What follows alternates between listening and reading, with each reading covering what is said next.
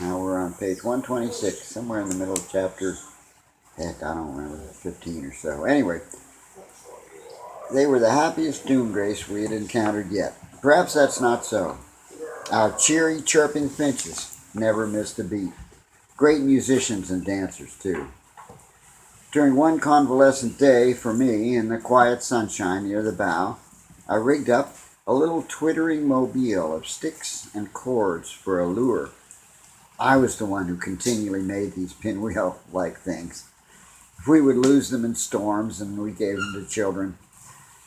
Nearby, I lashed two small shaving mirrors, which were almost unused now, except by Bob Sanger. Two mirrors with sticks for purchase. Very soon our little friends came, with hummingbirds and other guests, to watch and peck at the whirling colored ribbons and feathers of the toy, and then to climb all over, around, and onto my mirrors, their heads cocked at the funniest angles. Their confusion was human and hilarious. They began to cluck strange noises, to flutter, to peck at, and generally try to figure out who these strange birds were in the mirror. A bullfinch seemed to have an argument with himself.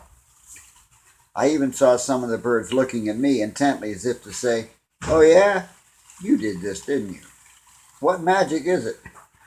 On a sudden thought, I put my big hairy face right next to the mirror, where they could see me and my mirror image at the same time. Some of them jumped back, alarmed. Others pecked the mirror. Still others pecked my big bulbous Irish nose. Birds twittered in my hair, tickling me, and soft pecks came on my bare toes. I and they were by now old friends, and I loved the camaraderie of these family-style love taps. These weren't just any birds, they were our birds. A gorgeous green and black hummingbird pushed everyone aside like a foreign courtesan and hovered, turning, admiring herself in the strange limelight. Then she suddenly flashed away iridescently to the deep green and black forest so nearby. Days like this were idyllic and gave me strength to face humans, off-ship humans, that is, with less trepidation. Peace was possible. My little pals proved it. There at the rail, I thought of my strengths and my weaknesses. Really, who was I? And how did I fit in here?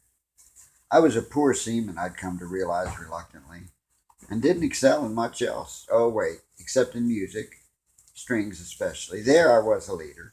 But still, while I was sick, did anyone miss my efforts? Except, of course, Kathy and Lolo and my best chums. Kathy and I often jokingly referred to me as the drone or high drone to her queen bee. I was a druid, too, to her Queen Mab. I feared I was dropping into the drone role. What do drone honeybees think about, or even do? I had read that their constant droning helped ventilate the hive, and even heat it at times. They were only good for hot air, perhaps? I did sort of call myself Diogenes or Socrates, the chief philosopher, and Yak Yak Poobah. Proud of my love and facility for discussion and hopefully polite debate. But so what? I liked counsels then as now and often kept notes on what others said for later perusal by me and others, so I could count myself a scribe. I also kept many, many notes on flora, fauna, and ethnography of peoples, which I hoped would prove of value.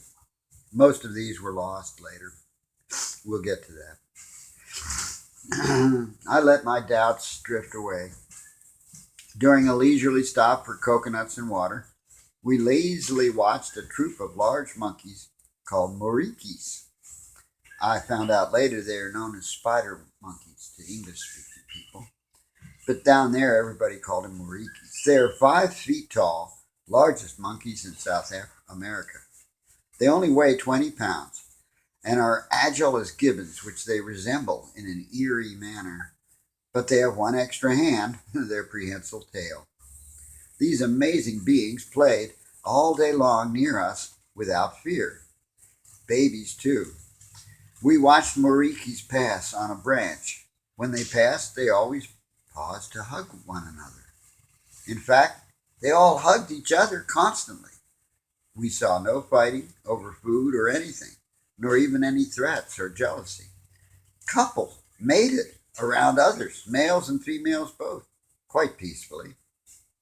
Our empaths, me too, found them extremely easy to talk to, telepathically, of course.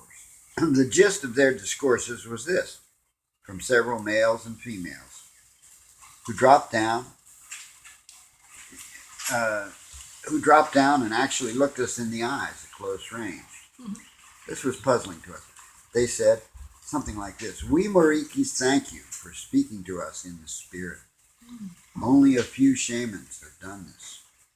We love you, but people shoot us to eat and to skin. We want to teach you to live, sharing for love and food and space. We mean this. This is our way of life. Our elders and old ghosts that we know are telling us to say this to you right now. So please listen, all of you. We go now." And suddenly they all disappeared into the trees, just as if on a signal. They all disappeared, leaving us puzzled and at a loss for what this was all about. We sailed past the mouth of a vast ocean river, the Amazon. Amazing Amazon, may I never forget you, never betray you. You and the sea were like my two mothers, or like my mother and grandmother, meeting and embracing. Un embraçao, an embrace. Here we were constantly in sight of ships, proa-like craft, schooners, fishing smacks, steam packets, etc., etc. We bravely kept our true colors flying, quite literally. We were a ship of wonders, from our rainbow ribbons streaming from every top and yardarm, through our lace-bedecked and tartan-painted masts, our gaudy and pious sail paintings, including now several verdant, Eden-like jungle scenes painted by Adam and Eve on the mizzen and foremast mainsails, to our sparkling painted hull, colorful birds fluttering everywhere, tortoises groaning, dogs barking and howling. We had vowed in daylight hours to keep a perpetual choir going, as I had heard the monks once did in ancient Britain in 4 monasteries. At all times, somewhere aboard, at least 4 or 6 of our noble crew would be singing gospel songs, or strumming instrumentals on ukuleles, guitars, and my margarita, my mandolin, or chanting Roman or Orthodox chants, singing Stephen Foster songs or hymns. This was proven one of our best ideas. It brought a smile to the faces of every single ship's crew we encountered. Without exception. Oh, wait, I forgot. There was one exception. One Brazilian warship didn't like us. The captain had gout, probably in constant pain. Tisk, tisk. Maybe I'll tell you that story later, maybe. We bought off his crew and they got him drunk and skedaddled. It's fortunate, too. When one group got tired of singing, there were plenty of other volunteers, even in the rain. The captain's cabin had rather good acoustics. With open windows, our chorus blasted a huge wave of sound, especially to the stern. The drums came in too. Oh, I forgot to say so, but we had drums. Yes, we did. Ever since our raid on the San Francisco music stores. I was far from the only aspiring musician to use our windfall largesse to buy instruments. Several young New England lads had kept drums stowed out of shyness aboard. Some were beginners. But by now, after learning from the Patags, from Lolo et al., there was a good ensemble aboard of congas, bongos, doumbeks, and one bass drum. This last was a Pueblo Indian style, with 2 rawhide heads, 3 feet across, hung from cords horizontally, and played with padded sticks by 4 or 6 people at once. Indian Bob had bought it. He said it had reminded him of his 4 sacred sun dances that he had done many years ago, when he had hung praying from skewers tied to the sacred tree for 4 days and nights in the burning sun and the cold night, blowing his eagle bone whistle without food or drink.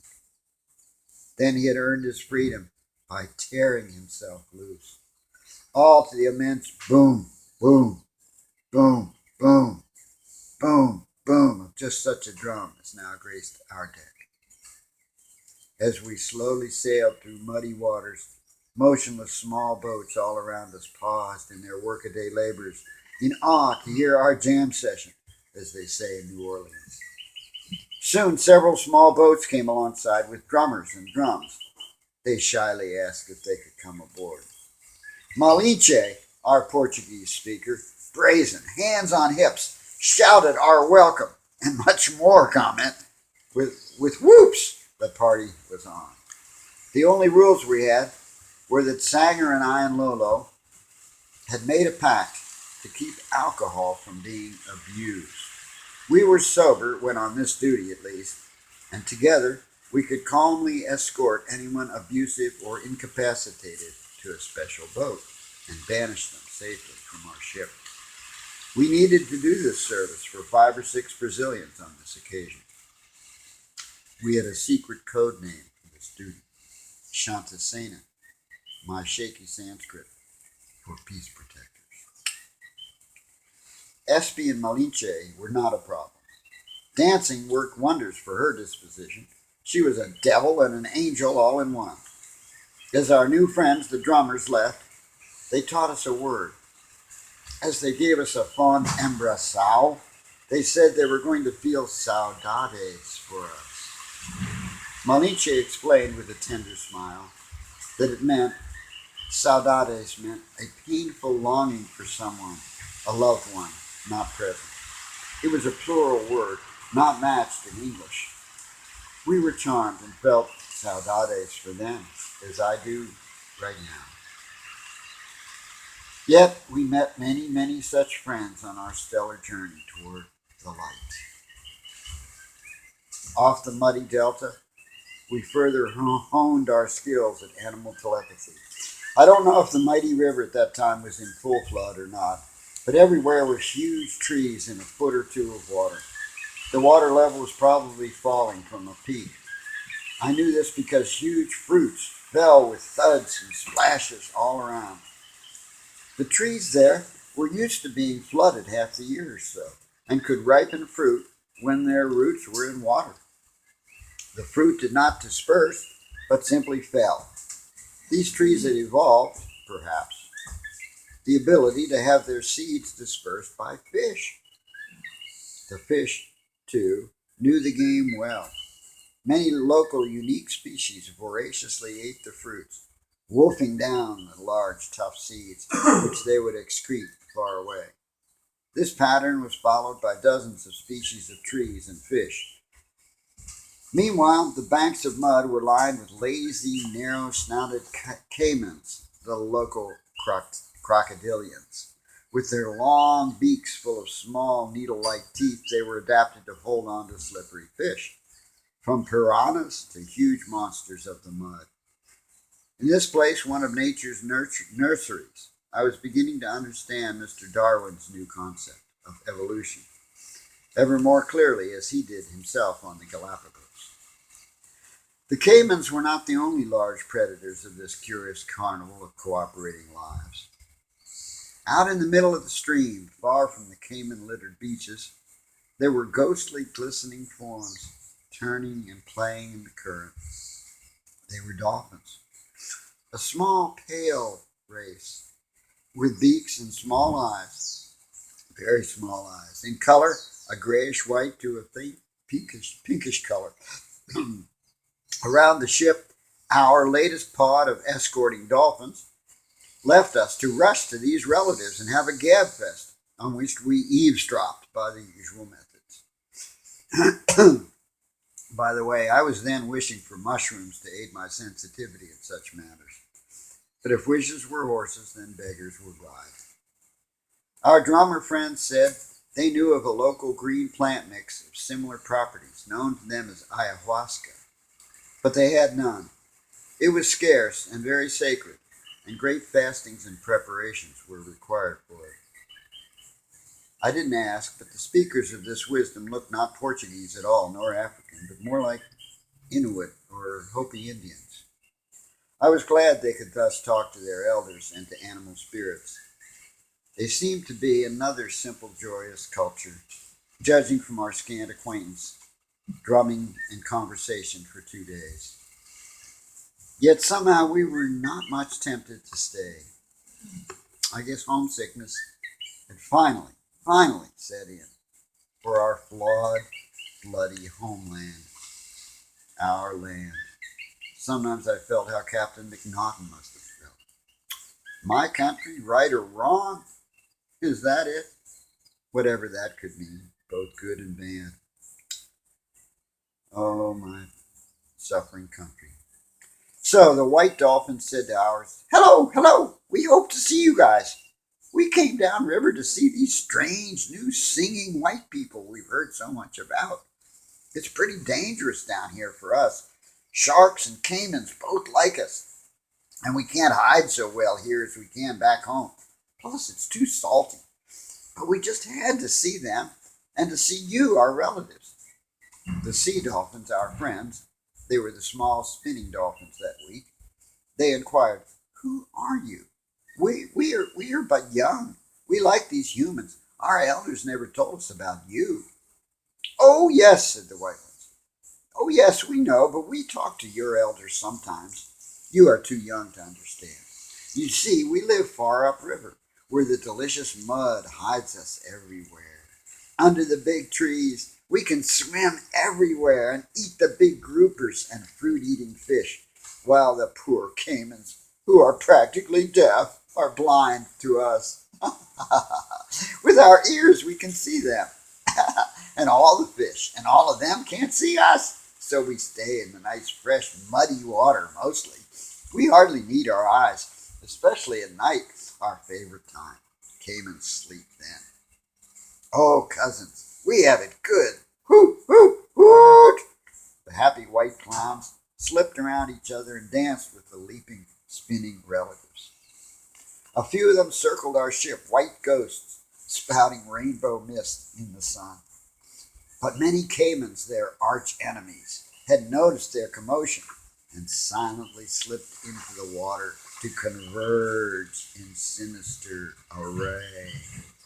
We were not able to feel their thoughts, perhaps because our love for dolphins caused us to feel fear. Fear, the mind killer. Or perhaps because the caimans were too intent on hunting, or simply didn't like us. The tortoises said of their fellow reptiles, relayed by finches to Lulu and then to us, the tortoises said that the caimans were grumpy and stupid. Of course, the tortoises were prejudiced too. Caimans no doubt eat lots of turtles, of which we saw none. Oh wait, yes, once at sea, we came upon a very large, leathery, gray, three-spined leatherback, largest turtle on earth, as far as we know, calmly floating. Our captain stopped the ship.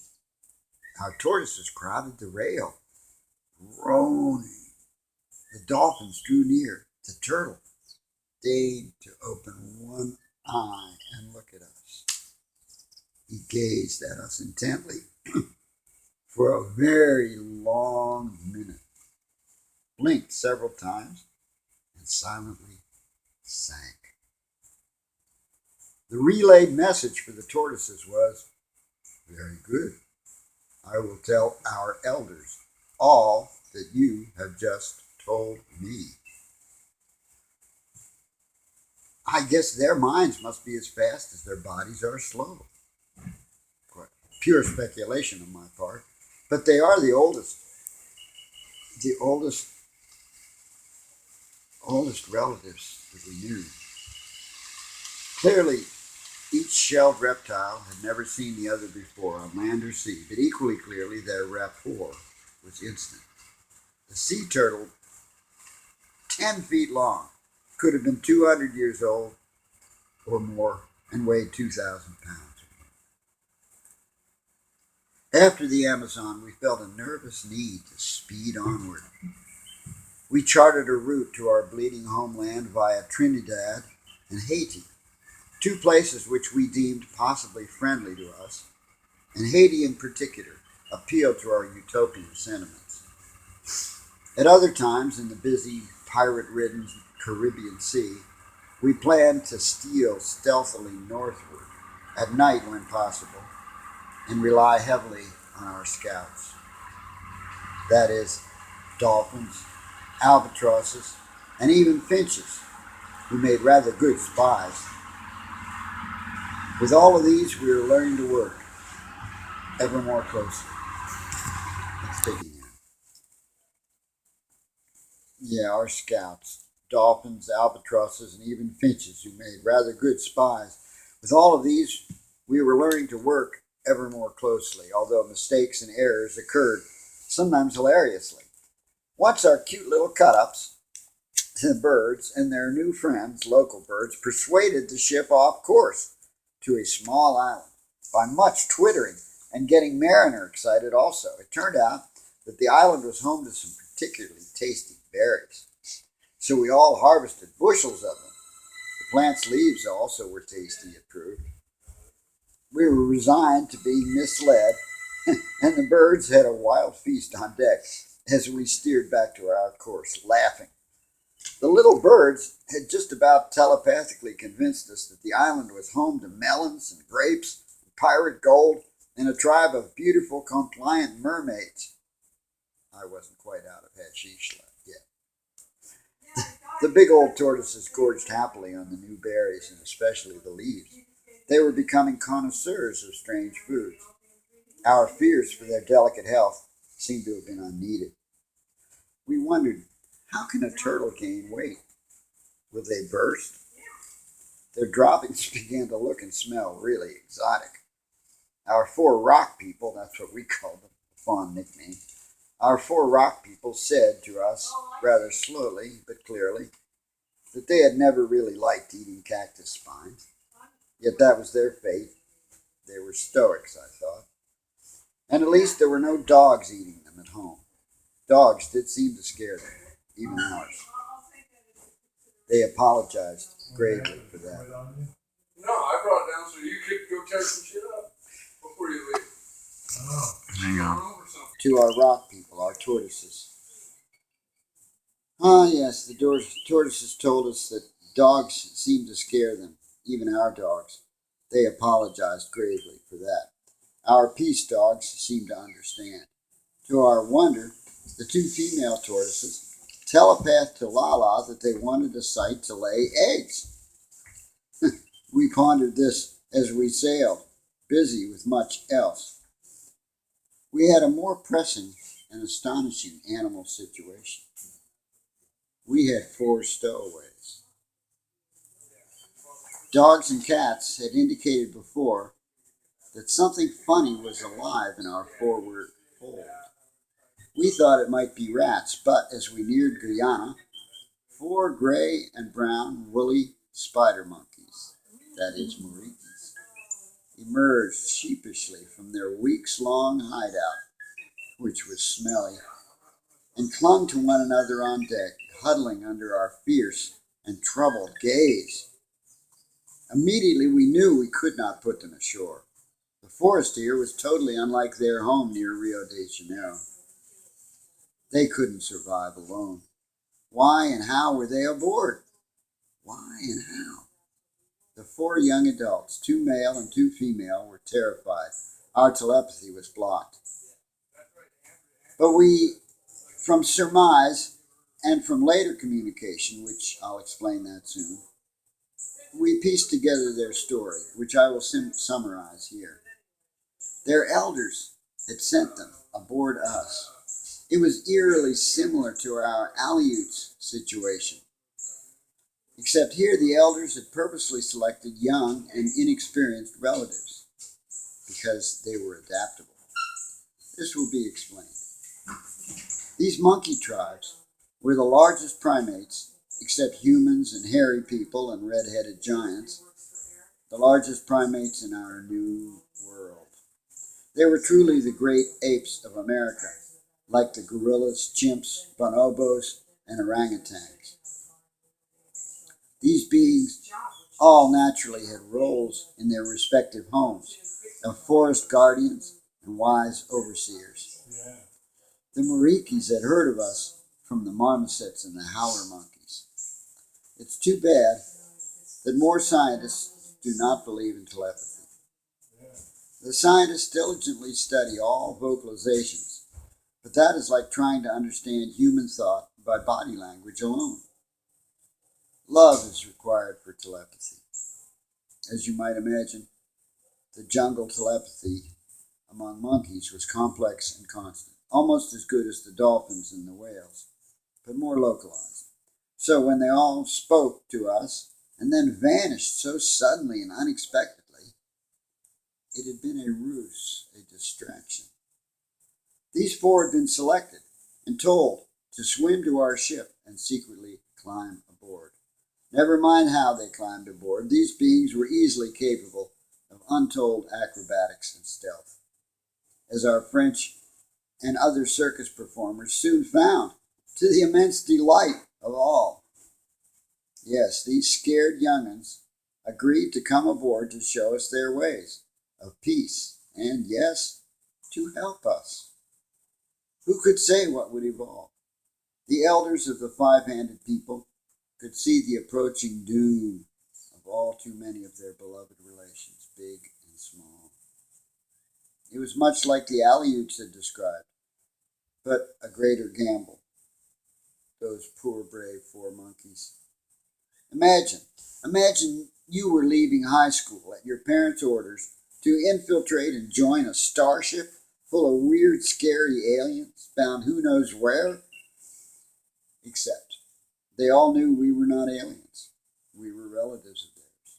We just had had amnesia and had fallen asleep. We accepted them then, wholeheartedly. Yes, we did. They were more than Aleut in their bravery. Their telepathy was much keener, even young as they were. Their youthful age was meant to make it easier for them to learn new ways, which would be drowning them, their elders knew. They were an adaptable species.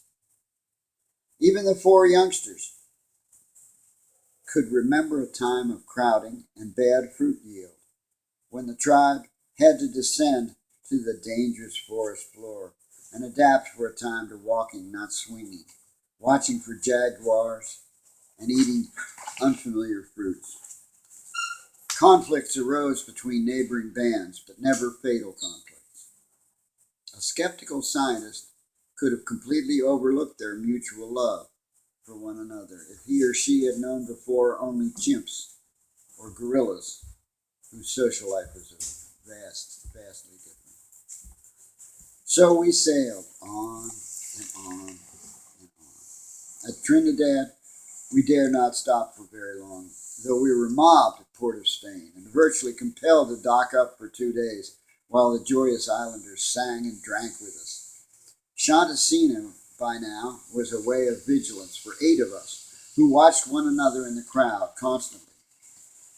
Alcohol was our fickle friend or foe, and we made subtle efforts to keep the flow low by offering hashish instead, for instance. But SB, Malinche, and Indian Bob nearly got in trouble. Cascadas bawled them out and saved the party, but it was close. I wanted to leave. As we sailed out of the harbor with aching heads, we saw on shore some of the local boys giving us a last farewell on their new homemade instrument. It was a large sheet of iron plate, which they'd hung from 2 coconut trees, which had lots of little hollows hammered in it. 4 brown men pounded with hammers as each cup made a different musical note. Later, I'm told, the new oil industry had provided them with steel drums. These people called their music calypso. I don't know if they meant the Greek enchantress, but I felt like reluctant Ulysses on leaving. And their enchanting siren music, sly and happy, has stayed with me. Saudades. Then we hurried due north, grasping the nettle of danger firmly, trusting Allah but keeping our camel tied. We silenced our singing for stealth, except near friendly ears, and sailed at night without a light, risking being challenged as a pirate ourselves. We kept all our money hidden. We had a stormy council and actually agreed to ban alcohol drinking aboard just for now, except in one place, the private cabin of our 4 galley mates. Other dry sailors could drink there, but it was a small place, and for now we had a consensus on the compromise. No more deck parties. Our dolphins and birds saw us through a maze of avoidances. And we made it triumphantly to Port-au-Prince, Haiti. We sang and juggled our way into the harbor to a joyful black-faced crowd of flower-throwing Haitians. By this time, all 4 of our Mariquis, whom we dubbed Ak, Ek, Eek, and Ook, all 4 of them were madly swinging from trapezes in full view, showing off and even lending a hand to our human aerialists. We did, however, rig safety nets, which were needed, yes. Something even more amazing happened with our apes, and this is how we found out so much about them. They usually were near the galley, often grabbing food to Cascades and Malinche's anger, but they learned fast to be polite. They were stuffed anyway. They learned to shit in the head quite quickly and neatly, just the way people did. Sometimes in the kitchen work, Indian Bob and Cascades would talk over the din and secretly in their fluid, quick sign language of the plains. Imagine Bob's shock when only a week later one ape, Ak, the big boy it was, came up and asked for a piece of fruit in sign language. They 4 apes, that is, hooted and laughed at Bob's surprise. Woo, woo, woo. This new game of sign language soon occupied much of their time. They even practiced signing while swinging by their tails from a lofty yardar. Nothing was secret anymore for Bob and Cascades. They actively taught the apes, and many of us crew also. This was a vast advance for our commonwealth. Eventually we could actually talk to them quite a bit. It was fascinating. We feared our adaptable prodigies would be stolen, and we guarded them when near shore. In Port-au-Prince, we easily wangled a meeting with some leaders who came aboard, headed by the mayor of the city. He spoke some English, and our 3 Acadians helped translate the Creole. Though Haitian Creole was far from Cajun French, we had a rather jolly yet serious talk. We learned what I already knew some of, namely their history. Their history is a small black nation, self-liberated, hated by all the crowned heads of Europe, and despised by Dixie. The French were still trying to extract from Haiti the price of their chains, which had been broken, figuratively speaking. Tisk, tisk. When I asked about our mythical Fort Jackson on the Apalachicola, the mayor looked around conspiratorially and lowered his voice. We were in the captain's cabin. Near one corner, Ek and Eek, boy and girl, played quietly while clinging to the ceiling beams. The mayor said, "Oh yes, mes amis, these are our good friends. We keep their secrets close. Yet you seem to know of them, and we can see who you are." He glanced upward, toward heaven and our unseen St. Francis on the mainsail, and crossed himself.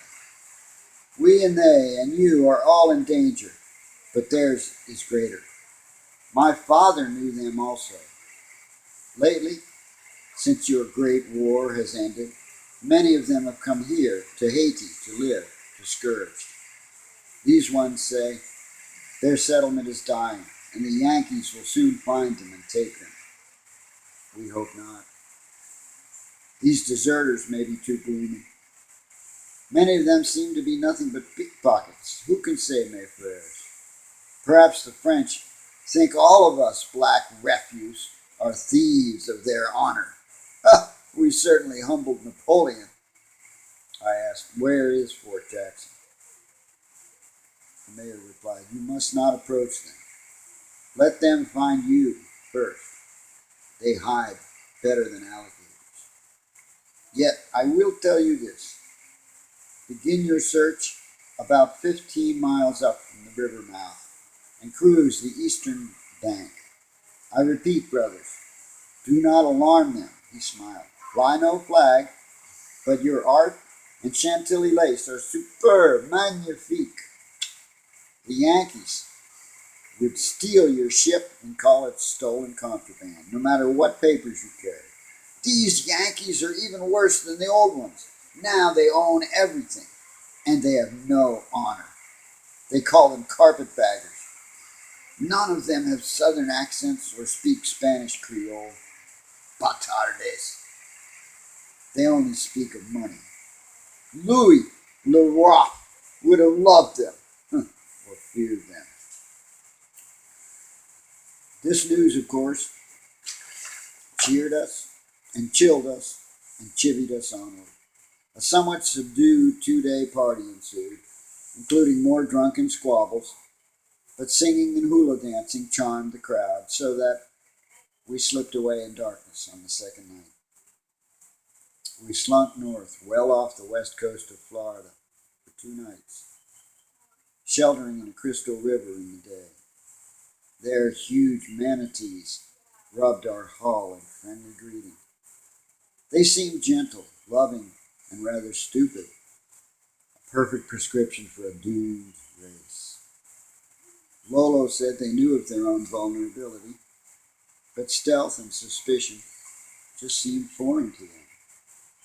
Their gray bodies were crisscrossed with livid white linear scars, I suppose from rocks, and perhaps from propellers or paddle wheels. They seemed not to care if they brushed hard against jagged coral. Were they insensitive or sick? Perhaps the latter. Many fishermen dumped fish guts here and it smelled. Sharks were here and hungry. Yet the manatees kept nuzzling our ship and our swimmers.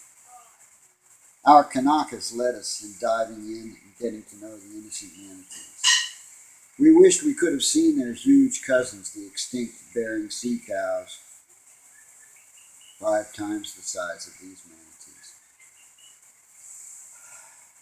We bid them farewell and sailed on to the fishing village of St. Mark's in the armpit of Florida. Dolphins were still with us, and we asked them to help us look out for Yankees. They jumped for joy, as always.